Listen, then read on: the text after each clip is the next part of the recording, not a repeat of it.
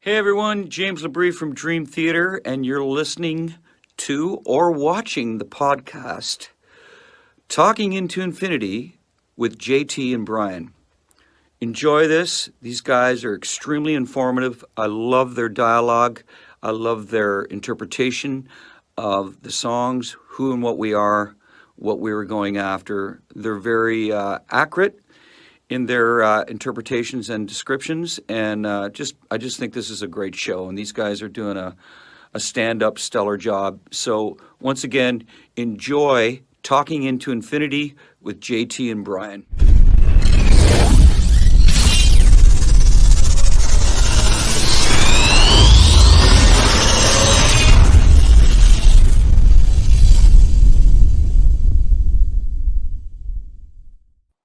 What's up, guys? Welcome to another episode of Talking into Infinity, a Dream Theater podcast. I am your host, John. We are live on Facebook, YouTube, talkingintoinfinity.com, and the cmsnetwork.com. You can find us at those four locations every other Thursday at 7:30 p.m. Eastern Standard Time. If you are watching on YouTube, please remember to click that like and subscribe button so that you get notified every time that we go live. If you would like to catch video replays of the show, check out Heavy Metal Television or just check out our YouTube channel. And if you would like to download audio versions of the podcast, just Google Talking into Infinity, and we're everywhere you can possibly think of to find audio podcasts. Without further ado, let me bring on my co-host, Brian. What's going on, man? Good to see you. What's going on, John? It's Saturday at 1 p.m. I don't have any idea what I'm doing on the air. You just said, hey, we're doing a show, so I decided, well, I guess I'll come on, take a break from my pool, which you pried me away from. I'm going right back to. What are we doing here on Saturday at 1 p.m.?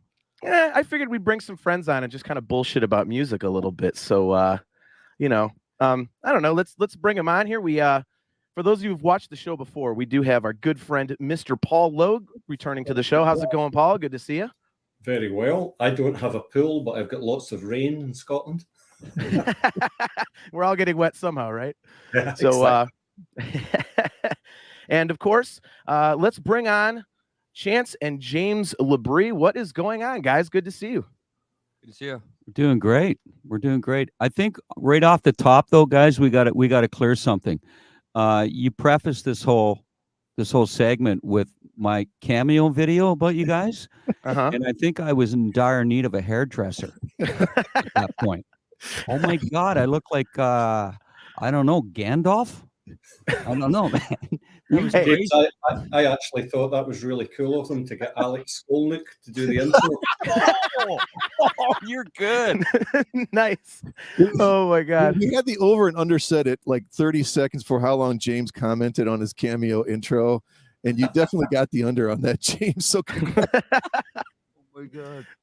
That's good thing you're in Scotland, Paul. Good thing you're in Scotland, my friend. That's fantastic. The insults. So right off the rip, obviously, we are here to discuss, James, your new record, A Beautiful Shade of Gray, which came out last month, May 20th. And I got to say, man, right off the bat, Brian and I are big fans. Obviously, we're big fans of Dream Theater as well. And, we've loved your previous solo stuff. And we did have Paul on. And he was really, promoting the record and saying, you guys are going to love it. You guys are going to love it. And I got to tell you, he was not kidding. This is definitely something unique for you. The songwriting is phenomenal. So, Paul, I mean, to you as a songwriter, it's just a bang up job. It's really, really cool. Mm-hmm. So first and foremost, James, what was it about Paul's songwriting that, intrigued you to want to reach out to work with him? Well, I'm sure that most people have already heard this in previous interviews that I've done, and Paul and Chance. But I had done I guess a cameo on one of their albums back in 2011. Paul, was that album or 2010? Yep. 11. Anyways, it was called No Holy Man, and they had released an animated version of that song in video. And I just remember hearing that song and going, wow, because I hadn't been enlightened to this band Eden's Curse, and I was like, oh, very melodic rock band. And so I talked to Paul a little further, and I said, who's responsible for a lot of the writing? And he said, well, I am, and I was like, okay, at some point I would like to sit down with you, and when we have the time, when that window of opportunity avails itself, let's write an album. And it was 10 years later. It had to be something momentous like a pandemic that brought us together to write an album. But thank God, because I think that kept our sanity and kept us focused on something that was, both something that kept us together and that we were both deeply involved in and passionate about. And so that's how it came together. I love Paul's writing style. I told him at the time that it reminded me of the classic rock era, as well as staying contemporary, which was very important. And hence bringing in my son here, Chance, which kept Paul and I very much focused on keeping it contemporary and cool. So it was a collection of things and various things that I was attracted to, Paul and his beautiful face, of course. And anyways, and that's how it came together. Yeah, because of that, his quality. And he's the kind of writer that he's very focused. He's very global. He thinks about things, and it wouldn't matter if I threw him a melody or the odd little riff. He came back with something absolutely incredible. And then when he was throwing me all of his various ideas, I was just like, "Holy shit!" Right away, it clicked, and right away I could, you know, dive deep into it. Yeah. Hey, James, you brought up the fact that Chance is playing drums on this, and that, from what I understand, that was Paul's kind of original idea to you. And you brought up an interesting point about kind of trying to keep some modern elements to it. Chance, what is something like this? How do you approach something like this in terms of, okay, I'm going to be playing on my dad's solo album? How much input do you have, and how much interplay is there? Did you do a lot of stuff writing with your dad on this in terms of parts and how you wanted to approach this? Well, my dad was speaking about how him and Paul collaborated on a track years ago. And it's funny because I remember when my dad did that collaboration and I checked out Eden's Curse and I knew of Paul and I was like, these guys are sick. I never thought I'd be in a band with Paul Logue and my dad for that matter. But yeah, when I was asked to be a part of this band, I was a little worried because I didn't want to join a prog band and come in as my dad's son drumming after he's worked with all of these world-class prog drummers. But when I found out it was a different route and it was an acoustic album, mainly, I was like, yeah, I'm down for this. I can do this justice. And my participation on the album was, Paul would send me parts that he had worked on, and then I would just get on the kit and start working parts out and helping with arrangements and helping with vocals and stuff like that, recording my dad's vocals. So yeah. Awesome. Mm-hmm. Yeah. So, I mean, Paul, speaking of Chance, and obviously, Christian Polkinen, he's on this as well. Where did Christian fall in this? And Chance, you just talked about your contributions to the record.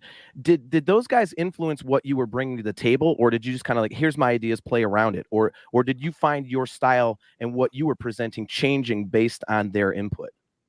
I think it was really, we had written all of the songs at that point, and I think James and I, we both, I think the phrase we were using at the time, it was like round a campfire, strumming the acoustic guitar. And I think it was when we were working on Sunset Ruin, it had such an emotional quality to it. I knew where James was going to head lyrically. And we both kind of felt naturally at the same time, came to the conclusion that adding some strings in a level. And then we both kind of were thinking the same thing at the same time, saying, hey, what about someone to do the leads? What about naturally a drummer or percussion? So I think the songs were written as the answer to that. And, when I'm writing, it's just with acoustic guitar, it's just with a demo voice that James has done. So there's a blank canvas for Christian to come in and really, truly be himself. And I think this is what's made this record work so well. For example, when I'm giving Chance the song, I had no drums programmed or anything like that. It was go and do what you want to do naturally. James is a huge advocate of that. Marco, give us the solo exactly as you would hear it. And you're getting 100% of that person into the project. And I think James, correct me if I'm wrong, there was very little times we would ask for recuts, if any. And that got everybody giving their best performance, their heart and soul. And I think that made it such a unique kind of presentation at the end of the day. Awesome. Well, we are here to go track by track with you guys. So let's dig into this. We've already got a lot of comments in here. Ray Saucy says, I'm a little late, but love the album, guys. I have hundreds of plays of each song at this point. So he is a big fan. Thanks, Ray. Yeah. Chris Moran, he says, my favorite song is Supernova Girl and Wildflower. Great singing on those, and I'm looking forward to DT16 sometime next year. Okay. So right on. Awesome. Well, let's get right into it. And the way we do this is we just kind of give, this will be the first time though we actually have the songwriters and the performers to hear our comments. So if you want to tell us we're idiots, these are just our thoughts on them. And I promise you they're all positive and that's not kiss ass.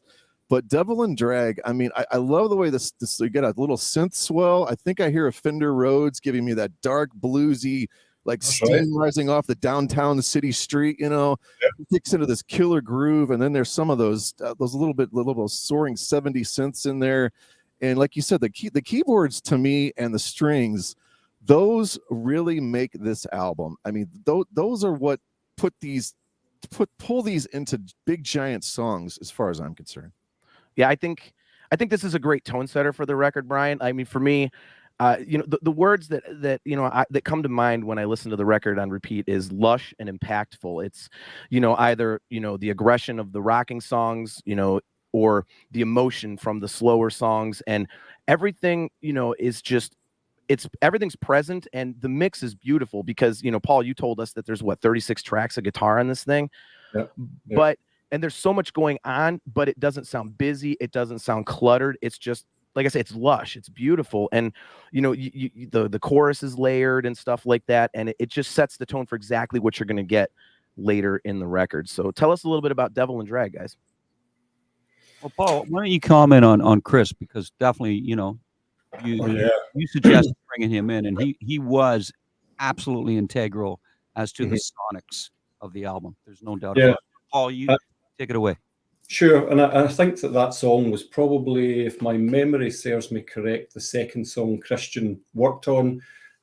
James and I were having a little to and fro with each other on the main riff, which he loved, but it's a single note riff. So when you're playing it on an acoustic guitar, I hear in my head when I play that riff, I hear it fully produced. That's the way that I write songs. I can imagine what the actual finished version is going to be, multi-layered. And in order for me to sell this idea to James, I said to Christian, James knows nothing about this. Give me some, you know, Keith Emerson, give me some John Lord in there. And he gave me back that kind of Hammond, and you're spot on, Brian, it was Rhodes within it to really match the riff. And when I sent it to James, just with I think Christian just recorded the whole intro piece, James was like, holy crap. You know, it just lifted the song, you know, to a different level. And I think that was definitely a catalyst for saying, you know, we need to have this on the entire album. This is so great. And Christian grew up listening to a lot of really vintage players. You know, Keith Emerson's probably his number one. And his sound choices and styles were just perfect, really perfect. And he's got a lot of contemporary. I think Christian's just over 30 years old, so kind of like Chance, he's coming from a kind of more modern and a proggy type approach as well, which was great for us. Everything just gelled together and lifted the song into a new kind of area. And we even got my buddy Dennis Ward, who's produced Eden's Curses albums. He put together a kind of test mix for us when we'd all the parts recorded. Because believe it or not, James and I were still saying to each other, are we doing the right thing here? Is this going to resonate with people? Is it cool? And when Dennis's mix came back, we were like, oh my God, this is... Yeah, there was confirmation. Let's go. Let's push ahead and let's do the rest of the songs like this. Yeah. So Chance, for you, you know, you had mentioned, you know, earlier in the show that, you know, you didn't want to come in and do this like prog drumming and stuff, but, you know, with falset and everything, like you are a metal drummer, you know, you're progressive and stuff. Talk a little bit about, you know, your contributions to this, because, you know, this is, you know, Paul told us that your drumming is very musical. And when you listen to the record, you can definitely hear that. So talk about, expanding your style and what people hear from you on this record, because you have some really, really kick-ass parts on this, and it provides a beautiful, anchor to these things. Yeah, honestly, when I'm writing my drums, I just do what feels natural to me. If there's ever a part in the drumming that sounds forced, or sidetracks people from the whole song, it's like what just happened there with the drums, then it's no good. To me, the drums should just support the songs, especially these kind of songs, and not turn any heads and pull them away from the whole song and the whole arrangement. So I really just hopped on the kit and worked out parts. Like a lot of them came naturally to me, and just supported the music, and accented the right accents, and went more full on when I had to, and laid back when I had to. So yeah, it was all natural, just flowed out of me for sure. There was no like process that I took every time with each song. Like they just all just came to me.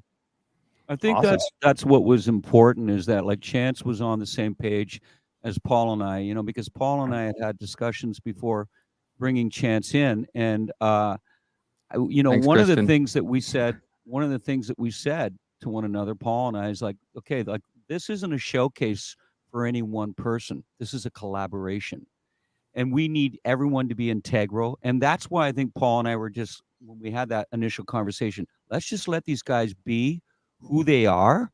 If we want to tweak something, big deal. But at the same time, the only way we're going to get the most out of these people, these musicians, and they're all great musicians, is if we just let them come back with what they feel naturally. And to me, and Paul and I agreed, it's like everything that we felt, everything that we came up with on this album was natural. And the whole working together, it didn't feel forced. It was seamless. It was effortless. That's the place you want to be when you're creating an album, and that everyone else feels that as well. And I think that's what really made this album kind of, it hits everyone. They're kind of like, wait a minute, like this isn't what I was expecting, but I can fall deep into these songs, each and every song. And I think it's because of that, the way that we went about creating this album. It has a big, big place and statement on this album. That's why it is what it is. Yeah, and even from my side as well, to show you about Chance, when I say musical, Chance was recommending certain things for me to do on the guitar and the bass to make the song even better, and that is the sign to me of a really consummate musician. That's not just a guy that's going to sit there with two sticks and That's right. About every single part. To the point I said, hey, I'm actually going to stop my guitar recordings here. So I was in the process of doing the final guitars. As I mentioned, there's 36 acoustic guitars on Devil and Drag. So I didn't want to do 36 tracks for Chance to say, can you add a new bit? So we recognized it was a good time to say, okay, you do your drums, come back to me. I'll cut my new guitars to you, because there would be things he would lay down that I thought, oh my God, that's so good. And I would follow it and further accent it as well. So, we had such a really good open relationship. I have to say something that's just dawned on me for the first time ever. This was probably the least stressful album I've ever made. There was no bickering, fighting. There was, as you get with musicians, fighting over parts. It was so relaxed. Maybe because we didn't have a label at the time, James, we kind of kept that away until we were done. But it was just, it gave you that freedom to sit back and really do what you wanted and what made you happy as a songwriter, first of all, and then having everyone around you say, yeah, this is great. Why don't we try this? Chance, another sign of a really good musician, but also a person who thinks of others around him, was instead of saying, yeah, I've been in situations where other musicians in a band that I'm working with say, yeah, that's not very good. That's such a detrimental statement. It extracts the joy out of the 5 hours of creating a song. Chance would program something on a bass to say, if you did this here, that would be really cool. And I'm thinking, that's so cool, but also very, very thoughtful of him to think of that and translate his idea. So it was an awesome working relationship, to the point I said to James, it would be so unfair of us if we didn't give Chance a co-credit as production, because he's been so involved in this record. The Holy Trinity. No, it was, and he was involved in the arrangements, like from start to finish, you know. And it was funny because, well, you can talk about it, Chance, but literally coming in and saying to Paul and I, okay, you guys need to trim the fat here. Yeah. What's going on? You know, and Paul and I go, well, okay, so explain. And then once he explained, you know, it was kind of like, yeah, it does make sense what he's suggesting. And there was that throughout the album. But like you just said, Paul, there was never any tension, which when you are in a creative environment, that kind of does seep in where, okay, how am I going to get around this? Because I'm not really digging it, but I don't want to insult or offend. But we didn't have that. It was just like, hey, man, I was just thinking that why don't we do this? Yeah, and I think like all the ideas that came out of whoever it was, like we all just instantly felt that. Like we vibed with it and we knew, like you said, Paul, like you know how you can like hear the finished version in your head? Yeah. Every idea that we had, we all heard that finished idea in our head. Yeah.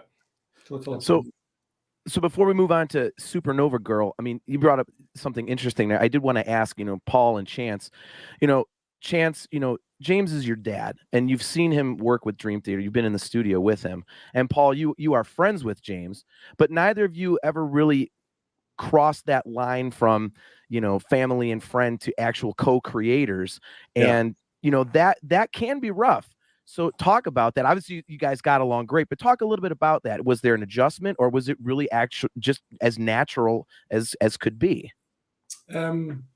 For me, James is just my friend. So I didn't, you know, for me, it's like my buddy down the road, us writing songs together. He's over in Canada, and I think we've gone beyond the fact, you know, that he's the lead singer of one of my favorite bands.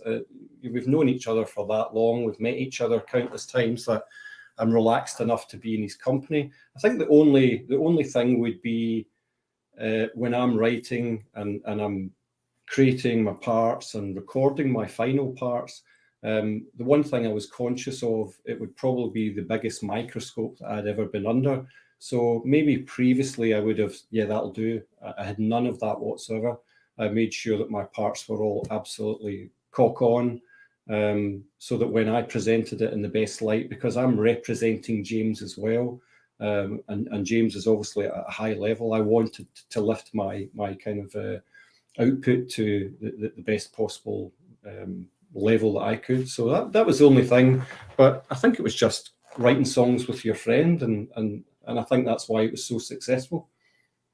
Yeah, well, we both talked about how you know, it felt natural and everything, and it was a great time. But we both talked about how it was a little strange to be working with your family, and like he'd so that our vocal booth's right back there behind that vocal blanket there, and he'd like pop his head out, and he'd be like, "This is so weird, man." My son's recording me right now, and for me too, because like you said, I've been in the studio with him before, and I would see the engineers recording his vocals and talking back and forth, and you know, doing their thing and getting a whole song done in one day, and I'm like, this is awesome, this is cool, and I never thought I would be, you know, the engineer recording him, and it is a lot of fun, and it's cool. Like I've recorded other people too, and with family, it's really easy to be upfront and both say what you're actually thinking. So that was really beneficial to it. Yeah, well, Chance made that real clear first day. He was actually sitting here. I'm walking through the door there, and he goes, "Okay, Dad, you're gonna leave James LaBrie right there on the other side of the door." I'm like, "I always do." He goes, "Okay, all right, Dad. Okay." And it was really funny. I said, "That's how we're starting this, is it? Okay, cool." But yeah, but I got it right away. It's just kind of like, look, there's no egos. We're coming into this, and we're just going to have a lot of fun, and we're going to get the best out of each other, and that's what it was from the start until the finish. Yeah. Mm-hmm. So James, was there ever any times when you did a vocal take, James, and you're all super excited, and Chance was like, "Yeah, Dad, let's maybe run that one again"? Oh yeah. Oh, he did. You know, he'd go, you know, Dad, I don't know. I said, "What's the matter with that?" You know, like to the point where I'm like, "No, man, I really like that. I thought that was great." And he's like, It's all objective though, right? So Yeah. there would still be parts where I'd be like, do it again, but we'd end up going with the one that he first did because it just Mm. had this like, Yeah. you know, it just fit better or whatever. I But think what was cool was that Chance at times he'd say, "Hey, Dad, you know, like that vocal you did in Glass Prison. Remember that part, that section? That's what I want to hear." Or he'd say, "Dad, you know when you do that raspy thing with your voice and that, can you do that a little bit here or go into your nice falsetto?" Like he'd even I forget what's I think it was uh something from Sunset Rune. And he first started going, "Hey, Dad, no. So the first time we hit this chorus, you're going to go falsetto behind it." Because I'm used to going, "Oh, I'm going to give it my voice. I'm going to go loud and I'm going to go high." And he which goes, works "No." for distorted guitars and Yeah. Dream Theater, but for this, Yeah. And it was kind of like, okay, I'm going to do that. I'm going to go with your lead. And then when I heard it back, I was like, wow, okay, it makes perfect sense. And it slowly builds to the point that the background vocals later on are full on, right? Mhm. And so I said, okay, good call, Chance, good call. Yeah. Yeah. I Very told cool, you. man. I told you, musical. Nice. Yeah. So moving on to the second track on the record, we've got Supernova Girl. Brian, for me and for you, James, this is one of two very direct lyrics on the record. I think this one, it hit me like a brick. And one of the things I've always loved about your lyrics, James, is that they're very thoughtful, they're very poetic, but with very simple language. They're easy to understand, but they're not. But this one, and again, we'll talk about Hit Me Like a Brick a little bit later, but it's a very direct, simple kind of a love song lyric. It's really cool. And this is one of my favorite choruses on the record. Something about that last, like, come what may, like that. I love that come down part. That's And, nice voice. Thank you. So I've got awesome. barely anything left for Vibrato on there and everything. I got lucky. What can I say? I think he's trying to take my job here, guys. No, I just want to sing backing vocals on the next one. I'm auditioning, so. But Hey, yeah, but and it's it's a very simple song, but some of the songwriting choices, it's the parts kind of repeat, but the musicianship in them it separates them, which I thought was really cool. And I really like the chord progression under the solo. I thought that was badass.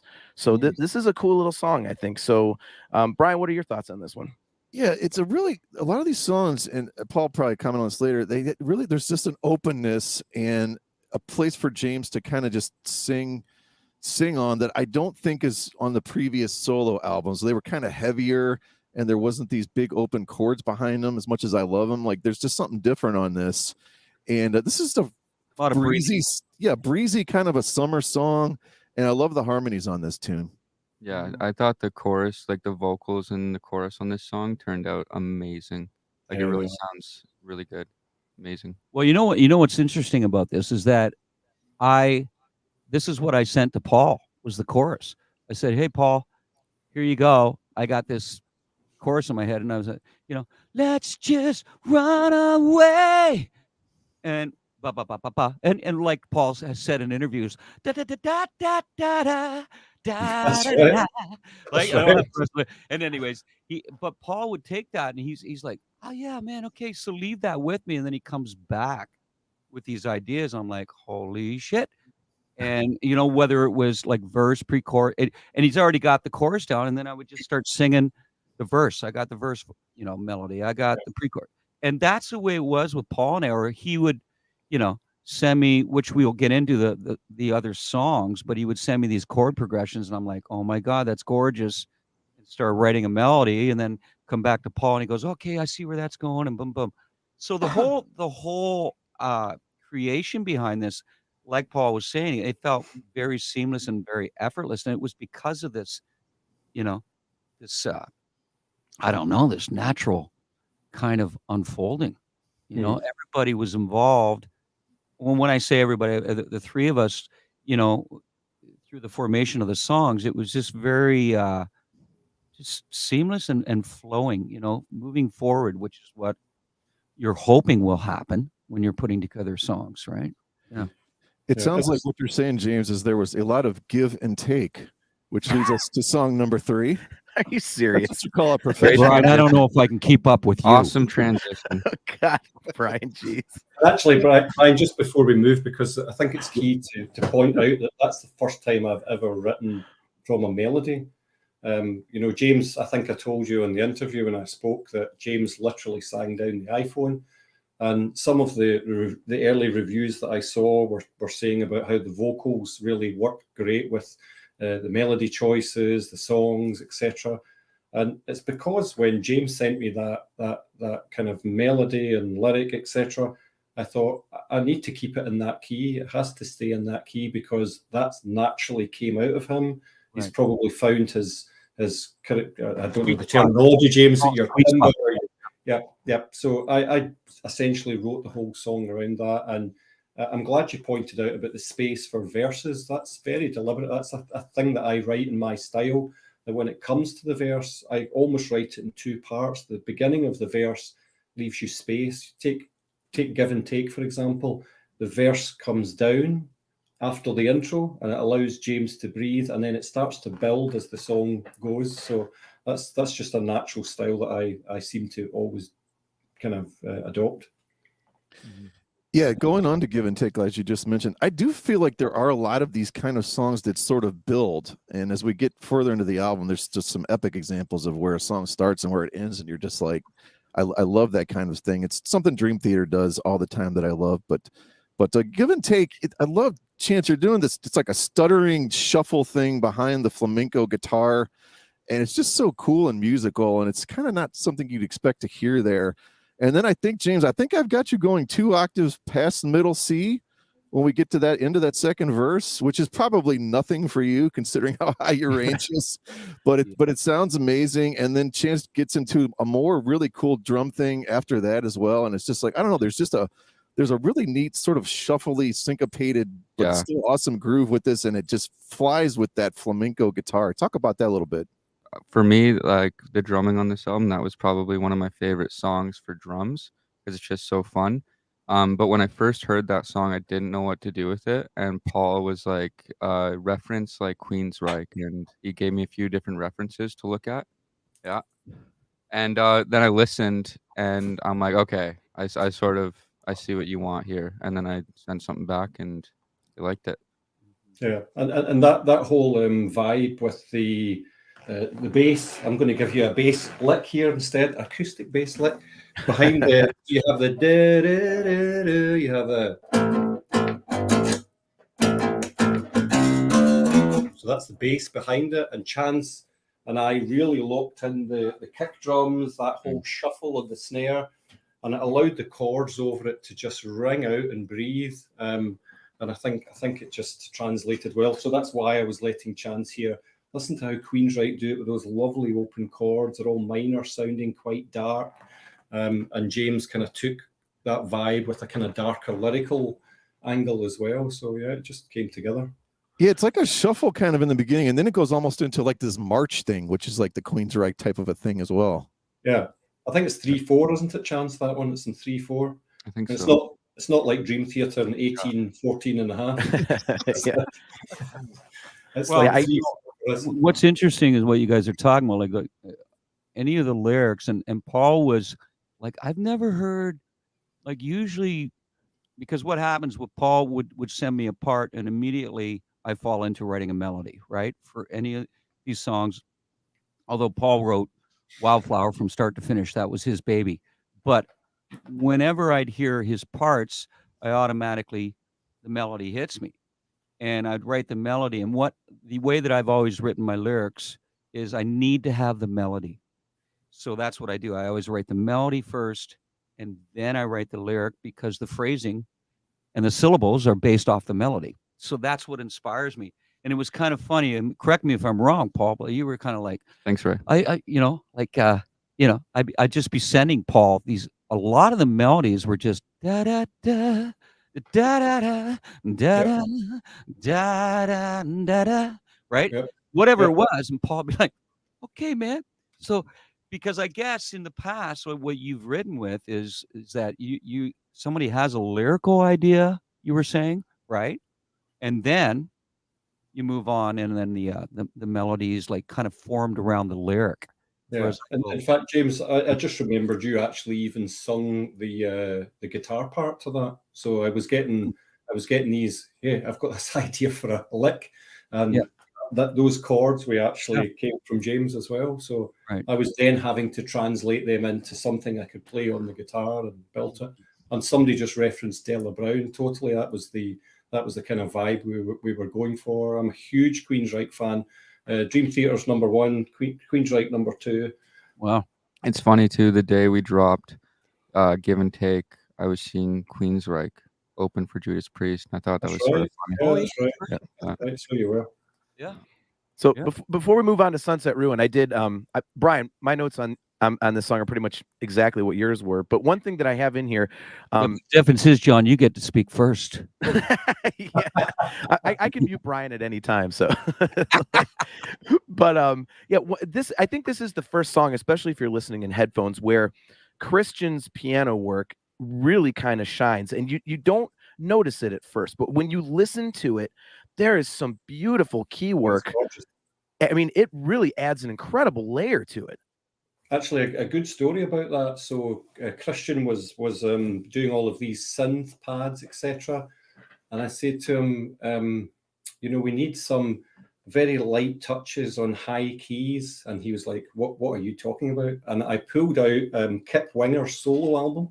And there's a song on it called Endless Circles. And the piano player is a guy called Noble Kime, I think he is. And I said, listen to track 3 on that. And he came back and he said, totally got it, and just gave me it back. And he still referenced that to me to say that was one of the best suggestions I've ever heard, because as soon as I heard that, I thought, oh my God, I know exactly what Paul's talking about.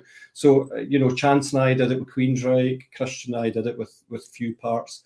Even with Marco, we were referencing a couple of other sounds from other bands. Dave Gilmour and Pink Floyd go for that approach on the solo for Sunset Ruin, not Sunset Ruin, Supernova Girl, and that's the way that we all worked with each other. If you weren't kind of thinking in that ballpark, someone would give you a reference that you could listen to. Very cool. So moving on to the next track, we do have Sunset Ruin.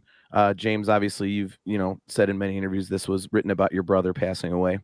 I really like this song. This is another one of my favorites on the record. It's very plaintive. I think Christian's choice to use the strings was absolutely perfect for it. I think it just fits the vibe of what's going on. Again, another example of the song building as it goes. The second chorus is more layered than the first, which is awesome.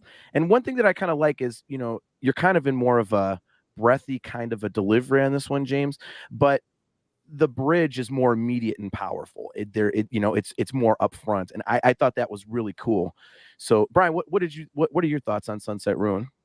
Well, full disclosure on this one, I did not know the backstory, and I'm going to try not to lose it here, but I lost my dad back in February, and when I heard this song, it just hit me like a ton of bricks.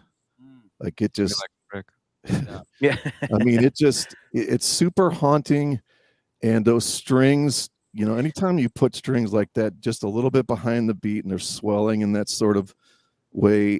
I don't know. This song, it just really spoke to me in the relationship of, losing someone. And again, this is before I knew what you wrote it about, which is so painfully obvious now. It's just about losing, someone you care about. And especially, like without going into detail, it was not natural causes. So it was a rough time. And this song, I don't know, this song just speaks to me. And now every time I hear the song, I'm going to think of my dad. And that's a good thing, man. It is a good thing. You know what? We have to feel all emotions, right? We have to feel sadness to appreciate happy. I'm sorry for your loss too. Yeah. Same here, man. Here's the thing is that when we went in to record that song in particular, I said to Chance, I go, this is going to be tough. It's going to be tough for me. He said, Dad, just take your time and sing it from the heart, And I said, well, that's definitely going to be that road is going to be wide open. And so I think, what's important, Brian, is that we've all felt loss. We've all felt, when we didn't expect it, like you didn't expect it with your father. If I'm reading you correctly, it was unnatural. Yes. With my brother, he was taken far too soon because of pancreatic cancer. And I think, if anything, we can just be more appreciative, and without preaching here, of each and every day that we have with our loved ones and with people that we just love to be around, and just appreciate that we have what we have, period. Keep it simple, and it's the most powerful thing in the world, you know? So Megan Barron says, Sunset Ruin is a beautiful song. Any emotional song James sings brings tears to my eyes. Can't imagine how hard the song was for James to sing. So, Thank you, Megan. so I mean, talk a little bit about that, James, because it's it's one thing to write a lyric like this, but singing it literally comes straight from the heart. So writing it down is one thing, but then having to go actually perform it is a whole nother animal. So talk a little bit about, how difficult this may or may not have been for you, and, the experience of, getting this out. Yeah,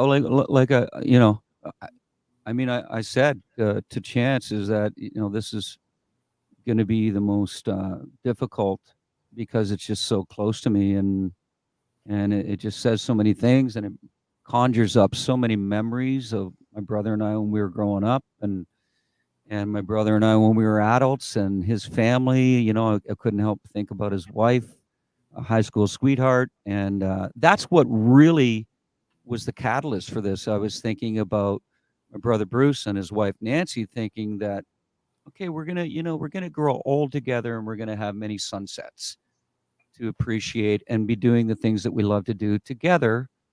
And then I said, wait a minute. And that was, wait a minute, sunset. And then and then I thought Sunset Ruin. In fact, Paul, you can correct me, but Paul came back and he says, I love the title so much. You want to name the album that? Do you remember that? Right, yeah.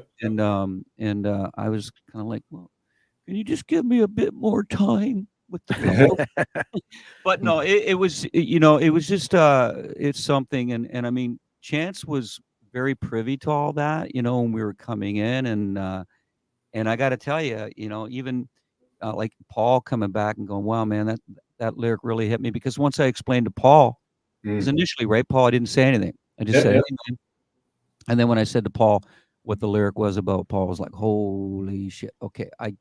Wow, I get this. And go in there and knock it out of the park, man. I know you will. And same with Chance. He was just like, Dad, I'm right here. Just do what you got to do. If you want to walk out, you want to take breaks, you got to do it. But we didn't, right? Not really. I just It was just an I stayed in emotional, the game. emotional session. Yeah. That's awesome. Well, it definitely shows in the performance. On every level. Yeah. Well, we're going to move on to Hit Me Like a Brick. And I wish we had radio that we had 20, 25 years ago, because this would be a massive rock radio hit. I mean, this is the biggest chorus that I think I've ever heard on a LaBrie solo album. I don't know if you agree, John, but I mean, this is just a huge anthemic chorus that just begs to be blasted on the radio as a single. And I don't know what, if this would ever be a single or video, if it already has been, but it should be. I know radio's not what it is, but I love this song. Yeah. This is the one I said, this is the second of the very direct lyrics, hit me like a brick, knock me on my ass. It's just right in your face. Like you don't have to wonder what's going on there. It's cool like that. I really love how the second verse is different from the first. That was really cool.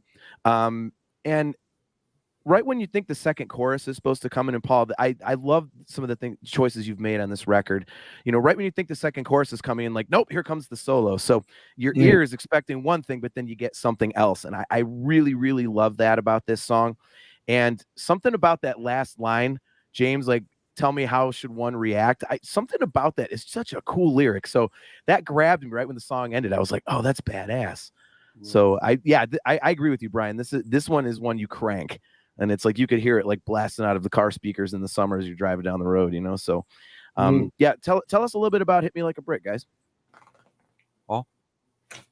I have one regret about this record, and it's the fact that we didn't use that opening riff more in that song. I love the opening riff. It's so cool, and I wish I brought it back in at the end. But I also love the way that you just mentioned it, John, the way that chorus finishes with James. There's a little bit of reverb there, and that's really cool. But yeah, that was there's almost Paul. Yep. I think we lost everyone there for a bit. You're gonna have to Did we cut out, or we did just you? went completely out? You guys It did. just froze up for a quick second. No big deal. We got you back. Oh. So it was us. It was us then. We you guys were gone Well, for it was- like 15 seconds. You were about to say your one regret about this album, and I never got to hear it. Yeah, we didn't hear anything. Yeah, I was saying that the one regret about this album is we never used that opening riff again in the song. It's such a cool riff and it's got a good groove to it, and I wish I'd brought it back in the song. But the second verse, John, has a kind of Whitesnake vibe. They're one of my favorite bands as well, and it kind of goes a little bit early Whitesnake in there, and does, as you say, go into the solo as opposed to the chorus. So it's a cool song. The opening riff, in fact, we changed at the 11th hour. I said to Chance and James, just literally as I was going in to record it, I said, I'm just not feeling this opening riff. It was totally different. And I said, hang with me, guys. I'm going to send you a brand new riff on this. And I think I did it in half an hour. And that was it. Came up with it. And it really kind of, it just made the song perfect for me as well. But yeah, I think this was just a straightforward rocker, a classic rocker that I sent James the kind of template for. Came up with a great. In fact, did you know this might even be? I think you sung the chorus to this one first as well. Yeah, like Sunset. Yeah, you did. That's right. I sent you the melody and a lot of the words actually. Yeah. Right. So I then had to write the song backwards from the chorus. Okay, I've got the chorus. What's the rest of it going to sound like? So I totally forgot about that alternate intro we had before until you said that. But for me with this song, I love the intro bit and also the second verse and pre-chorus section. That's a really fun drum section for me. Exactly. No, I because everything like it was building and building. But that was the lowest I think I've ever sung a tune. I was going to ask about that. First verse, the very first verse. Mm-hmm. And because I think you said, Paul, to me, you said, I want you to think something a little dark here. Am I correct? Was it this song where you were talking about just go a little shade darker? Am I getting something mixed up? Shade of gray. Shade of gray darker? I think I seem to recall that that conversation, and I remember just thinking, well, I got to bring it, and maybe approach this melodically like I never have before, and just kind of create. It was all like creating mystique, you know what I mean? And then you get into a groove, which was the second part of the verse, Anyways, it's all part of the building block thing, right? One of my I've talked to James a lot about this. Some of my favorite reviews are the bad ones. I love the bad reviews. They make me laugh. And very you. Yeah, I'm kind of strange here. My favorite ever Eden's Curse review was a 0 out of 100. To the point I actually framed it and put it in my bathroom wall. Oh my god!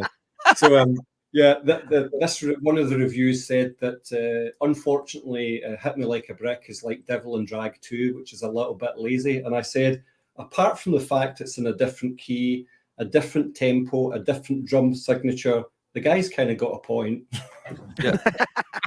Yeah. The way so for me though, I feel like this album is sort of like two different sides to it. You got the softer ballads and then the more upbeat ones, and Hit Me Like a Brick and Devil and Drag are definitely in that other realm together. But they're not it's not Devil and Drag Part 2 by any means. That was very deliberate. When we did the sequencing, that we kicked both sides off with those. Essentially, those are the big rockers of the album. In fact, it's meticulously done. So Supernova Girl is an open E tuning. Second track on side 2 is Wildflower, which is an open E tuning. They're both Zeppelin-esque, so we couldn't put them together. Give and Take is a slow epic. The next track on side 2 is What I Missed. It's a slow epic. And then the two ballads, Sunset Ruin, Am I Right, and Devil and Drag, Ramble On. Our buddy Cale McLeish from Australia says, if you're going to call it Devil and Drag 2, doesn't that just make it awesome by default? Nice one. Yeah. Nice one. We'll get you to do our interviews from now on, Cale. There you go, Cale. You got a job now. So Moving on to Wildflower. I know, Paul, this is, you told us that this is the one you wrote all the way through. James, you mentioned that earlier in the interview. One of the things that you guys have talked about throughout the interview cycle, for the record, is that this is very much influenced by Led Zeppelin 3. And I think Wildflower is definitely a strong example of that. And Paul, one thing that you told us when we interviewed you, you said that, people have listened to this song and they get to the end, they're like, what the hell? Like, it's dark. And when I listened to the lyrics, I had the same thing. I was driving in the car when I was really listening, like, Paul, Jesus, what the hell are you doing? But I kind of love that. This song to me is one of the biggest songs melodically on the record. There's just, so much going on in terms of melody in all of the parts. And I absolutely, again, I love the change at the end. I love how you guys did that on this record, where you're expecting one thing to happen and then it doesn't, and you don't even go back to it. It's not like, okay, we're going to throw this curveball and okay, back to your regularly scheduled programming. It's no, this is just a change and you're there. So Brian, what do you think about Wildflower?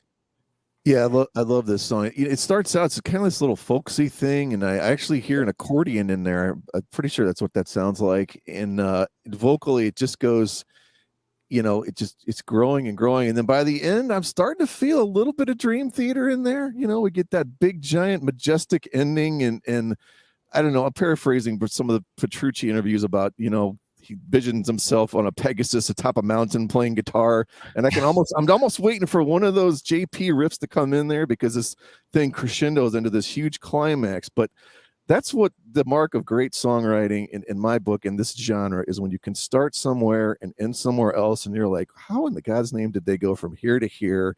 And it's perfectly cohesive and it just sounds great. Oh, amazing. Thank you, guys. Thank you. Yeah. What can I say? Deliberate kind of shift towards the end. Brian, you've got it spot on. I think my mind, when James and I connected to begin with, we made a deliberate plan to kind of focus on Zepp 1 to 3. I listened to all kind of, one of my favorite bands again. So just having those records in the car as we were writing together was keeping the songs, the style, the approach of what Zeppelin were doing back in the day, albeit there's no way that we can get close to those gods, but trying to think about how we could approach songwriting. And I came up with Wildflower. So this wasn't an old song. This was something I wrote when James and I had connected completely from the scratch. We were working on maybe 5-6 ideas at the time, James. So I said, look, I've got a lyric. Do you want to finish it? He read it, the beginning of it, and said, look, this is great. Just carry on completing it. And if I need to make any changes, I will. And I'm a huge fan. My wife and I love watching crime dramas, movies where you always have the plot twist. And I thought, I wonder if we could do a plot twist musically as well. Could this go from the happy kind of Beatles meets Zeppelin meets Donovan? And Brian, I think I'm trying to think of the name of the keyboard. Maybe you can remember, James. It's what was the keyboard that the Beatles used? There was a keyboard sound. It's not a harpsichord, but there was a Christian. That's the sound that's there. It's not an accordion, but that was very deliberate. It was a melody that I'd written and said, look, we want to get this. It'll come to me in a minute. And then having that complete shift change in the lyrics are about this girl. You don't quite know what she's doing. She's airy-fairy. She's floating through life. And it completely takes a left turn where you're wondering, wow, what the hell happened there? I can't wait for the next episode. And that's the way I wanted to leave it. And I said to James, when we get to the end, it's going to go really dark and you should close mic it and get more aggressive. And Christian, again, his keyboard work on the end is phenomenal. It builds and builds and builds and really cool. So, yeah, thank you so much. So, Chance, what sort of percussive elements did you add to this one? Because it's obviously not just, the drum track. There's some other stuff going on there. So what did you put into this? Throughout the whole album, there was some tracks of cajones, shakers, tambourines, rim shots, like a ton of different bongos even. But in this Even song, a writing pad, right? yeah, Didn't you? yeah, my notepad that I use for like drum notes and stuff like that. when we were doing the Ramble On. I know we're not talking about that song yet, but when we were doing Ramble On, we were listening to that percussive thing that he does the whole way through, and I'm like, how am I gonna mimic that sound? I didn't know at the time what he used to do it. So then I started hitting my notepad on a chair, and I'm like, that's the sound. I just grabbed the mic and recorded that. But yeah, It's so funny. I There's a deck even in here and he's playing that. I'm like, yeah, even I like it. we wanted like a really bassy. I don't remember what song or what part. We wanted like a really, like a not like a bass drop, but some sort of hit right within the song. I remember like I recorded. I think we layered it with like a cajon, like for the bass. I recorded me shutting that door over there, like with the mic. I just grabbed the mic and walked over, and it had like this really bassy sound to it when I got really close to it. So I got really creative with like percussive stuff.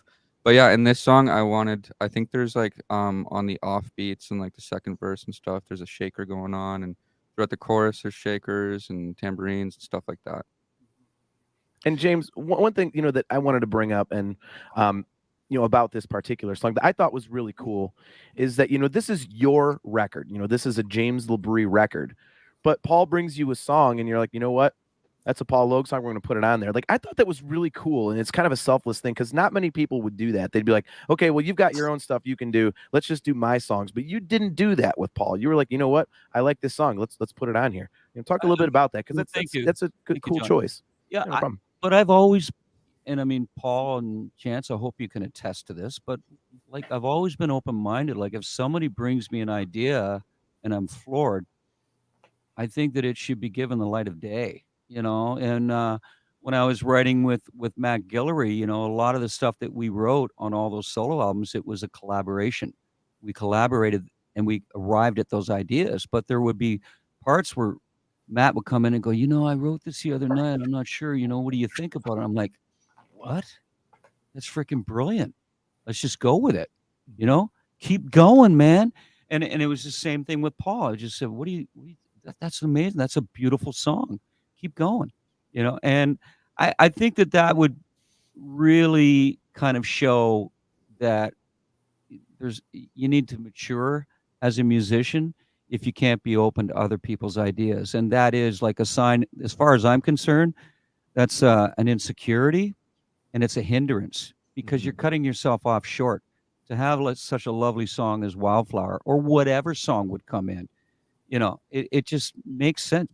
Be receptive because it's just going to do you a big favor. Everything's like a group effort too, right? Like Paul's, chiming in on drums, and I'm chiming in on guitars, and you're chiming in on everything. We're chiming in on Christian's parts. So why would the vocals and lyrics be any different for another member to chime in on or write completely? Right. Sure. Well, that takes us into Conscience Calling. I love this awesome little a cappella thing. It sounds to me like this originally going to be like the intro for What I Missed, and you decided to break it up, or it just seems so natural to go into that right after. But such a cool thing. And was this, whose idea was it for that whole a cappella thing, James? Was that you or? Yeah. So what I've told everyone, it's so funny because John Petrucci listened to that. He says, "Hey, man, I absolutely love that." And I said, I was in our garage with my wife, and we were purging. Let's get rid of this shit. Let's get rid of this shit. Come on. What do you need? You haven't even touched that in 4 years. Okay. And all of a sudden, I say to my wife, I go, "Oh, my God, I'll see you later." I walked out of the garage, and I went around to the side of the house, and I'm like, da da da da da da, and I'll tell you how that started. I was saying to my wife, because I grabbed this like sharp thing, and no, I'm not a nut or insane, but there was this like this spiky thing that we had used for some like land yard work, and I went, "Ooh," like I was going to attack her like in a horror movie, and then that spiked this. It sparked this idea. Da, da, da, da, da, da. So I sang that whole thing. I just kept this melody going and then somewhat repetitive. And then I threw it at Paul. I says, "Hey, man, I got this like eerie kind of melody." And he's like, "Holy shit. Okay, man, that sounds really cool." And then eventually we arrived in conversation. I said, I want it to be huge, a lot of vocals. I said, similar to a track that I did with this guy, Henning Pauly, on this album that I did with him called Frame Shift. And I don't know if you guys have heard that, but it was an album I did back in 2003, I think, with him. I don't know. And Paul said, well, there you go. Why don't you just hit up Henning Pauly to do the vocal orchestration to get all those parts and harmonies? And Chance, how many tracks did we do? I think it was 70, 60 or 70. Yeah. So, and then so Paul was like, kind of like, well, when you get Henning? And I said, yeah, okay, we'll get Henning. And he's amazing at vocal orchestration. And I knew that firsthand because he had been doing that all over Frame Shift. And Henning came back and he said, well, okay, so I used your melody and this is what I came back with. And I'm like, wow, that's freaking awesome. And then I recorded it. And then I think, Paul, at that point, and you can take it from here, but you were saying this needs to be separate or something. Yeah. It was going to be the intro, as you said, John, for What I Missed. And I said to James, look, this deserves to be on its own. And, if we can get the label or the guys mixing the album to split it, give it its own title, and then, it seamlessly flows in. I think we've got one of those kind of backwards pianos of, like a piano note, like I call it the Eye of the Tiger intro. And it comes into the song. And in actual fact, that made us, because that actually started on guitar. So that whole piano lick was... And I said, by the way, this would be really cool to break the album up if we get Christian to play that whole intro on piano. And again, that was just another really cool move to kind of take it away from being so central to the acoustic guitar and make the songs have their own unique quality. And I think that was a really good move for us. Oh, yeah. And I shifted all my guitars back by about 2.5 bars so that they weren't starting. To be honest, I'm thinking about when we go to play live, because I can walk off the stage and buy a pint, and by the time I come back, I can then start the song. I'm going to get a chance to sing that part, and then I'll walk off stage and have a pint with you. Yeah, there we go. Nice. But again, from the, well, actually, we're not into the next song, so I'll leave my chat for the next one. The piano intro on that is awesome. Piano intro, and I'm a piano player allegedly by trade. So, James, if you want to do a whole album where it's you and a piano, I'm on board to listen to it. I'll be the first guy in line to buy it. But yeah, the piano on that's amazing. Once again, the string orchestration, like strings just add so much, especially to a voice like James and the approach that he takes on this type of an album. Like I just think those strings are just so key, and they just seem to always fit perfect behind those acoustic. I think you're playing 12 and 6 string on this album, Paul, but yep. Man, there's just something about the mix of those, and then you get a pure piano sound in there, and just a beautiful song. And it's two separate songs, but it still feels like one song. So it's like, but it doesn't take away anything from that intro, and that intro is just awesome. Yeah, I kind of got like a little bit of a Jordan Rudess-esque kind of feel off of that. And, as it gets into the instrumentation, one of the things that I thought was really cool about this song is that on this one, the bass kind of leads the riff. The guitar is doing one thing, but the bass kind of drives it. And that's kind of what I was hearing was actually what the bass was doing to, push the song forward, which is really cool. And, again, to me, this is another perfect example of the interesting and subtle songwriting choices, Paul, that you guys put in here. Again, I love how the chorus goes to a melody that your ear is not expecting. And you guys brought up Queensryche earlier. In the bridge, I got a very Queensryche Promised Land type of vibe off of that. 100%. Yeah, this is definitely the second of those Queensryche songs. It's got that breakdown. We have like a sub bass. Don't you remember that, James? James calls me. He says, "Dude, I've just been driving around the local area listening to the demo, and this sub bass hitting in the middle section." He says, "My car windows were shaking." He said, "That's phenomenal. What a great idea." And this was just me programming it before we'd even got Christian into the album at that point. So yeah, it was. I think this is one of my favorite choruses on the record. I think it was very close to. Correct me if I'm wrong, guys, but it was between Give and Take and this for one of the singles, and I would have been absolutely delighted with either of them. But ultimately we went with Give and Take, but the chorus on this song is just so addictive, you know. Yeah, actually, our product manager at the label, Freddie, That's right. Yeah. Palmer, he was like, "That song's my favorite song on the album. I'd love to. We got to do something with that." And I said, "Well, we can always do something with that, you know." Yeah. You know, but I mean, thanks guys for that interpretation on this song, because I think you guys totally nailed it and you absorbed exactly what we were trying to convey. And Brian, going back, what you started out saying, you know, you'd love to hear an album with piano and vocals. The thing that I want to make very clear to everyone out there is we are very much committed. This ensemble right here being myself, Chance, Paul, Christian, and Marco. This is the first chapter of many to come, because we have absolutely loved what we've been doing together and what we've been creating, and we need to explore this fully, and it would be an absolute shame to just stop right here. So just to let you know, the ideas are already flowing, and it's we're going on to chapter 2. Absolutely. Can I just say fuck yes? Yeah. Oh my God. Absolutely. Yeah, So I like that. real quick before we get to Am I Right and Ramble On, you mentioned Marco, and I've said it on our show many times. I am a monstrous Marco Sfoli fan. So talk about his additions to this record, not just on this song, but in general, because on another interview, James, you said that the mark of a great guitar player is being able to solo and be tasty on an acoustic, because that's very difficult. And Paul, you would know this as well as a guitar player. And I mean, Marco's solos on this record are just absolutely killer. So talk about what he added to this process.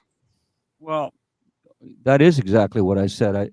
I said, when you're playing acoustic guitar, it's basically you're standing in front of a crowd of people naked. There's no hiding behind effects or anything like that. And it is what separates the men from the boys, as far as I'm concerned. And it was kind of funny because Paul and I initially, Paul had suggested some guitar players who were brilliant in their own right. And at one point, I believe that I said to you, Paul, or was it you said to me? I don't know. We've had so many damn conversations. What about Marco? And It was you. yeah, and it was just like, what the hell are we doing? And it just at that point, Paul said, "Can you get in touch with him?" I said, "Yeah, I'll email him right now." I touched base with Marco, and he was on board immediately. He says, "Oh my God, I would love to do that," because I think too for Marco, it was something also. You see, every musician wants to grow, every musician wants to evolve, and for Marco, it was like, wait a minute, maybe to do a little acoustic solo here or there is something, but to do an entire album where they're wanting that kind of approach, I need to be very, very creative, and I need to be, it's something that's multi-layered, it's multi-dimensional. I can't just do one song, walk away. What am I going to do for the next one and the next one and the next one? And it was amazing because Paul became that communicator with Marco. Like I just said, "Hey, Paul, seeing that you're writing the guitar parts here, man, come on." I said, "You and Marco need to be intertwined." And Paul, you can take it from here, but I mean, that's what started, Exactly. And it was my first time working with him as well. Obviously, being very familiar with his work, I knew the quality of the player that we were getting. But he was so super chilled as a dude to deal with. Very quick. I would give him an email and I would literally have the solo that day. If we needed any changes in sound, it would be recut within minutes. The guy was so easy to work with, but his playing was, incredible. Very, very tasteful. I mean, I can obviously hear the John Petrucci influences in there.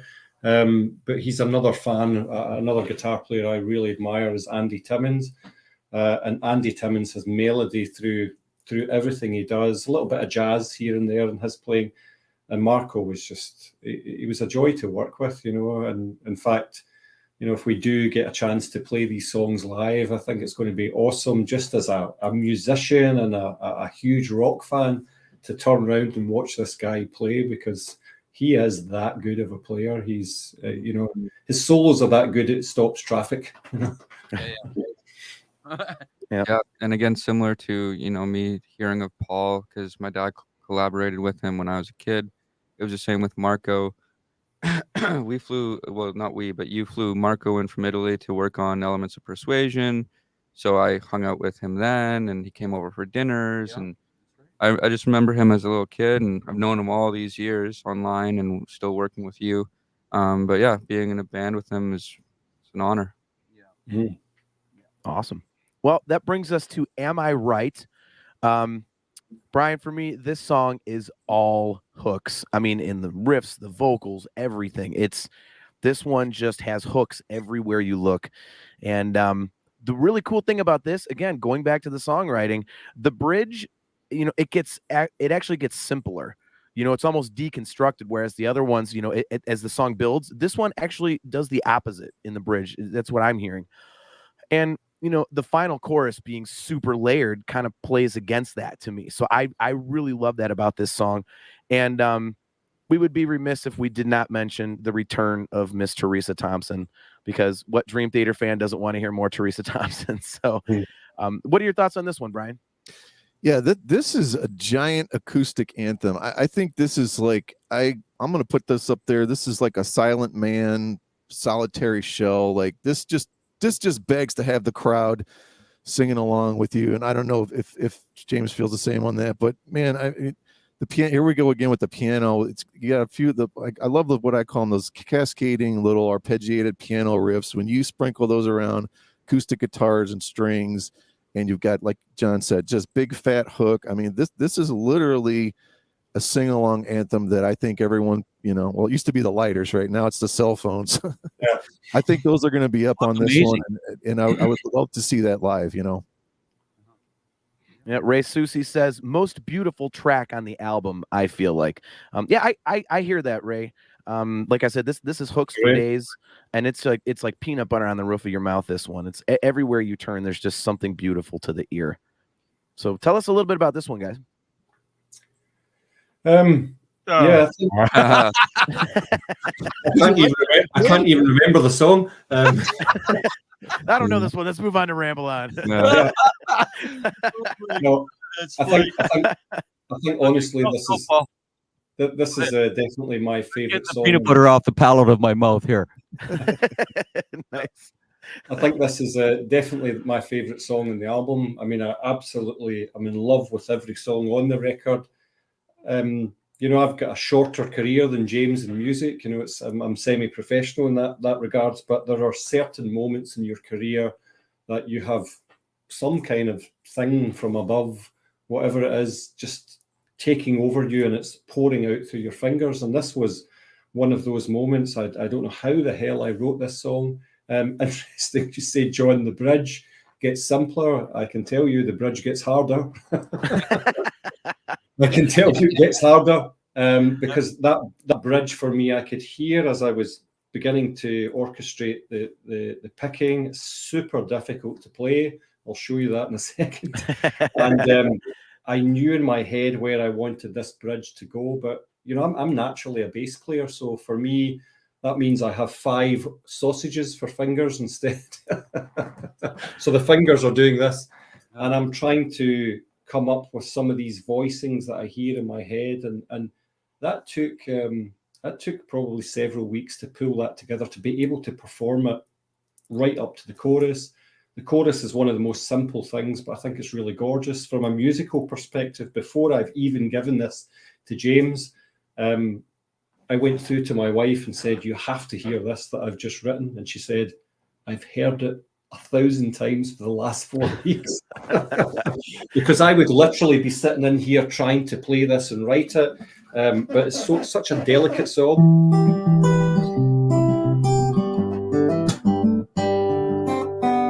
Coming up with that is what I was trying to do in the bridge.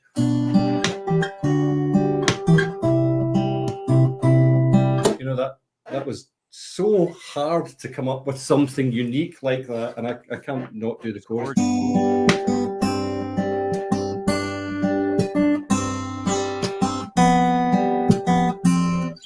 So I mean, when I gave it to James and his chat earlier around the melody, I think I've said this in an interview.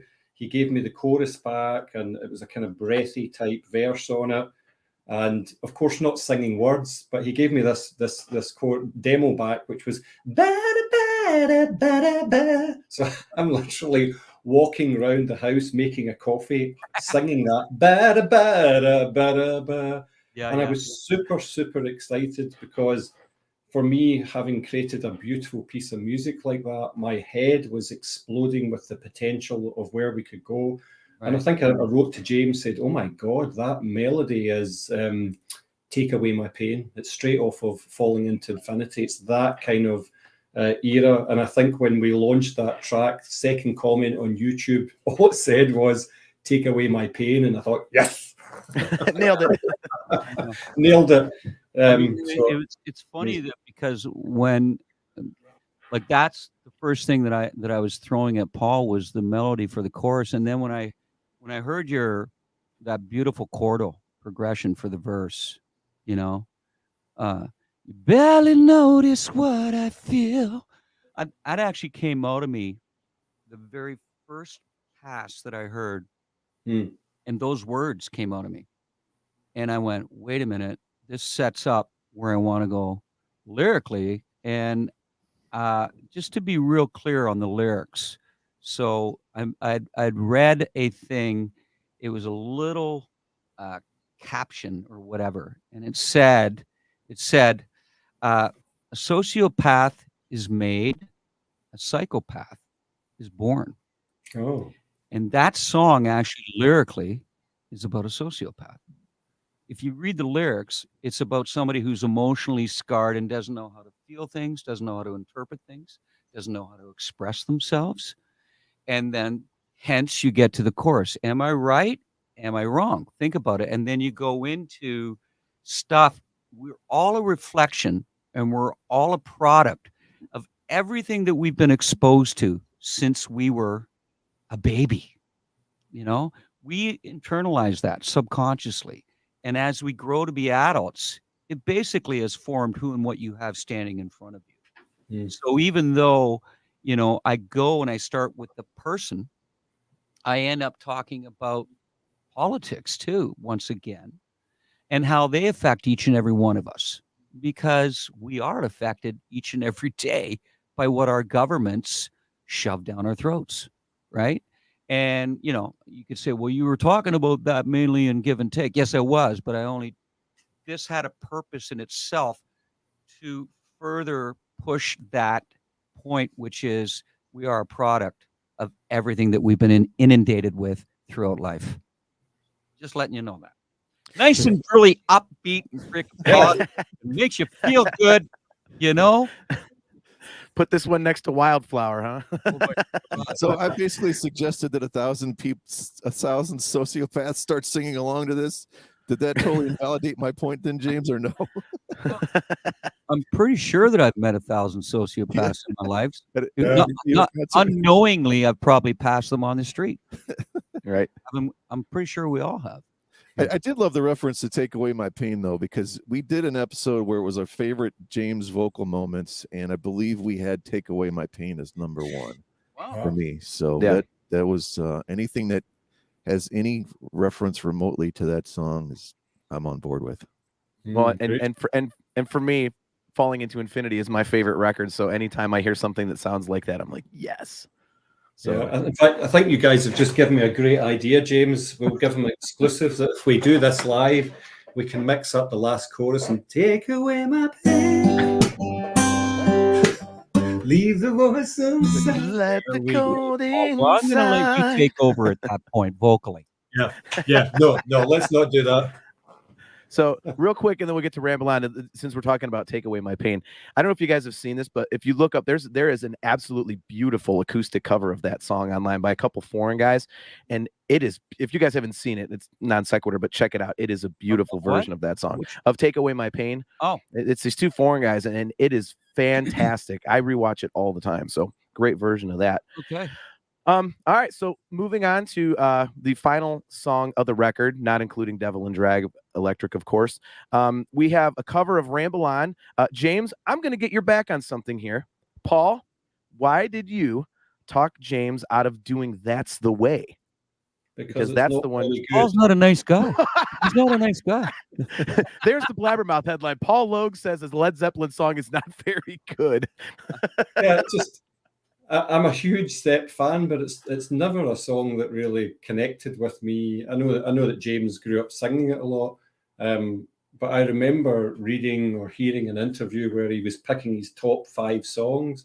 And as we were shooting the breeze on this, I remembered that Ramble On was on that list, and I thought, wow.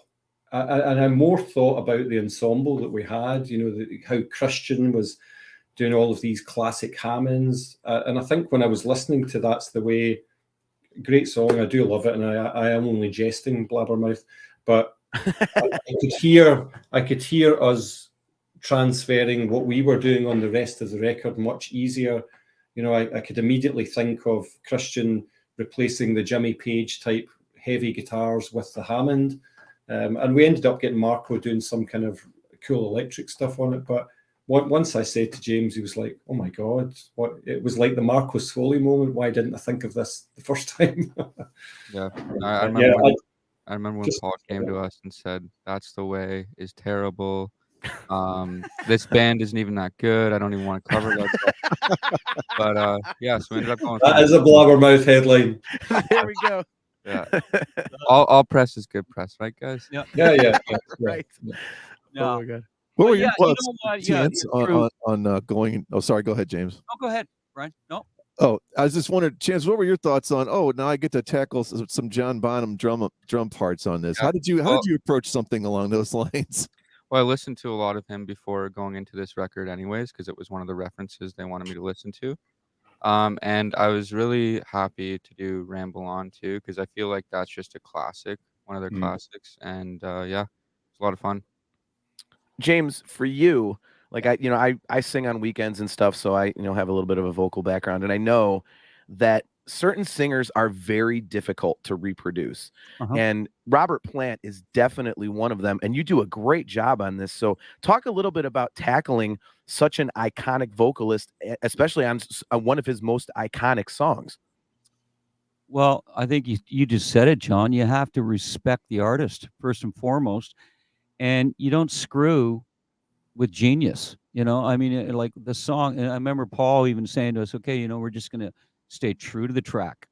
We're not going to bastardize the track. We're going to do it in the way that it was done originally." And so when I was singing this track and Chance once again recording me, it was the main thing you want to take from anything, whether you're playing the guitar part of that song, the drums, the bass, John Paul Jones, give me a break. Great bass line, it's you have to really dive deep into what they were trying to convey, because it's all the little subtleties and all the little nuances that they did. And Plant was like that every freaking song he sang, even like when I want to do that's the way it ought to be, like all that shit that he's doing. If I went, that's the way it ought to be, like what the hell happened? We just brought in an operatic singer. Like it's all that feel. It's all that feel that you're doing, and so I think that's what you do. You just respect the artist, and you try and do it the best you can. Yeah. But I don't know who you are. You're never going to do it as good as the original. Yeah. Don't fix what's not broken. Right. Yeah. I mean, Paul, I would ask the same question to you. I mean, Jimmy Page is legendary for his songwriting, and I mean, he layered everything. So talk about recreating, the musical parts of the song. Yeah, I mean, it's quite daunting, just like Chance having to learn, John Bonham's parts. By the way, I want to just say hello to Steve Wood, my buddy. We were at Download a couple of weeks together ago. There he is. Hi, Steve. Up, Steve. The blue beard. Yeah, we basically, having to tackle those legendary. All of us had to go through that situation.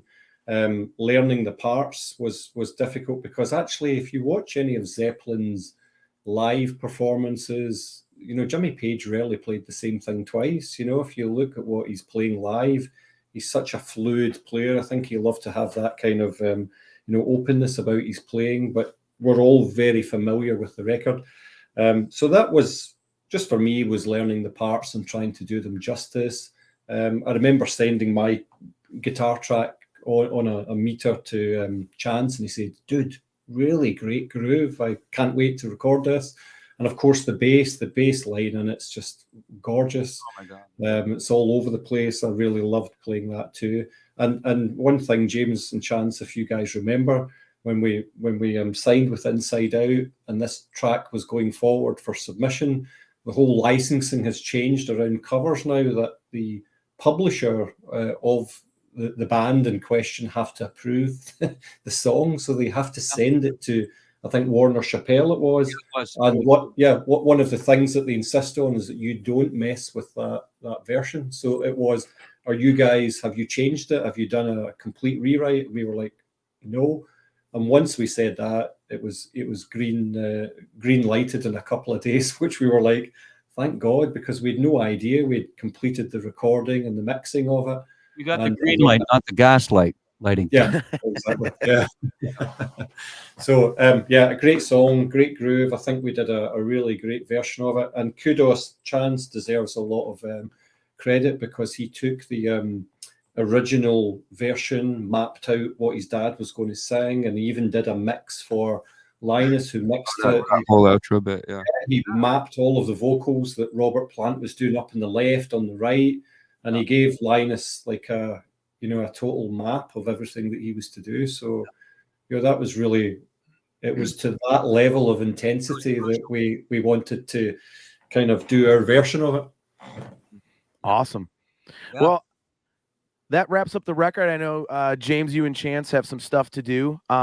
So if you guys could hang out for a second after we go off the air real quick. But, to close this up, man, I got to tell you, I think we were talking earlier, I was telling Paul when he jumped on, we talked to Paul, and he just gushed about this record when we talked to him, and he was so proud of it, and it really excited us to listen to it. So when the record came out, we had it a little bit early to talk to Paul, or a little bit earlier to kind of review it and stuff for the show, but we were like, yeah, this is great, man, this is good. But as we listened, Brian and I talked on the way to the interview here, it really grows on you. And there's always something extra that you hear there. And it's a beautiful sounding record. And I think this stands apart in your catalog, James, because, I mean, to me, your stuff is really known for the choruses and the hooks and everything. But this takes it to a whole nother level. And I think this fits your voice in such a way that is like nothing that you have ever done. And Paul and Chance, like your guys' contributions to this, the songs are interesting to the ear. I mean, they're melodic. This is a fantastic piece of work, guys. I mean, this is really a great record. So thank you for coming on and talking about it with us. Thank you, guys. Thank you so much for the kind words. Yeah, no problem. Yeah, thanks, guys. This has been a dream come true ever since we started this journey as two guys that just want to talk Dream Theater, and to think that James and Chance and Paul and everyone would come on, and we had Jordan on before, and it's growing. And I also just want to say a huge shout out. You guys, you all the three of you see all these comments coming on. This show would not be what it is without all of these people watching and giving the comments feedback and downloading. And they are truly what makes it. And they are huge Dream Theater and James LaBrie fans, and Chance LaBrie and Paul Logue fans as well. So we appreciate all those guys and you guys. Thanks a lot. Thank you, guys. Yeah, thank you. Thanks, guys. Awesome. Well, to everybody checking out the show, this has been Talking Into Infinity. Don't forget to click that like and subscribe button so that you're notified every time that we go live. We will be back on the air on Thursday, June 30th at 7:30 p.m. Eastern Standard Time on Facebook, YouTube, talkingintoinfinity.com, and the CMSnetwork.com. So for my co-host, Brian, thank you again, Paul Logue, Chance LaBrie, and James LaBrie. Guys, Thanks, John. Thanks, Brian. Appreciate you Cheers, guys. guys. Carpe Bye-bye. Diem.